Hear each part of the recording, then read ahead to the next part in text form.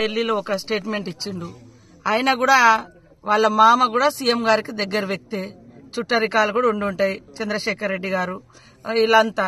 కానీ అది చట్టపరంగా మరి ఒక మహిళ బహిరంగంగా అంత తొక్కిసలాట్లో జరిగింది కాబట్టి చట్టానికి లోబడే జరిగింది. చట్టం ఎవరి చుట్టం కాదు. రేపు ఎవరైనా కూడా చట్టం ఆ రకంగానే ఉంటుంది. అందులో ఎవరూ జోక్యం చేసుకోలేదు. కాబట్టి ఆయన మీద మాకేం కక్ష లేదు. వాళ్ళ ఫ్యామిలీ చిరంజీవి గారు Congress party member, Congress party తరఫున కేంద్ర మంత్రిగా పనిచేసిండు. అదేవిధంగా వాళ్ళ భార్య తరఫున బంధుత్వం కూడా సీఎం గారికి కూడా ఉంది.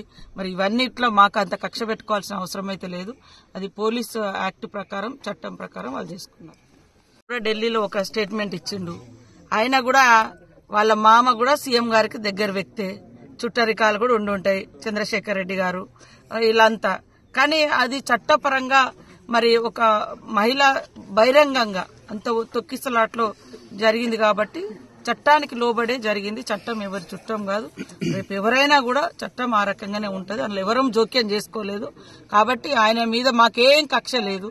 వాళ్ళ ఫ్యామిలీ చిరంజీవి గారు Congress party member, Congress party తరఫున కేంద్ర మంత్రిగా పనిచేసిండు. అదేవిధంగా వాళ్ళ భార్య తరఫున బంధుత్వం కూడా సీఎం గారికి కూడా ఉంది. మరి ఇవన్నిట్లో మాకు అంత కక్ష పెట్టుకోవాల్సిన అవసరం అయితే లేదు. అది పోలీసు యాక్ట్ ప్రకారం, చట్టం ప్రకారం వాళ్ళు చేసుకున్నారు.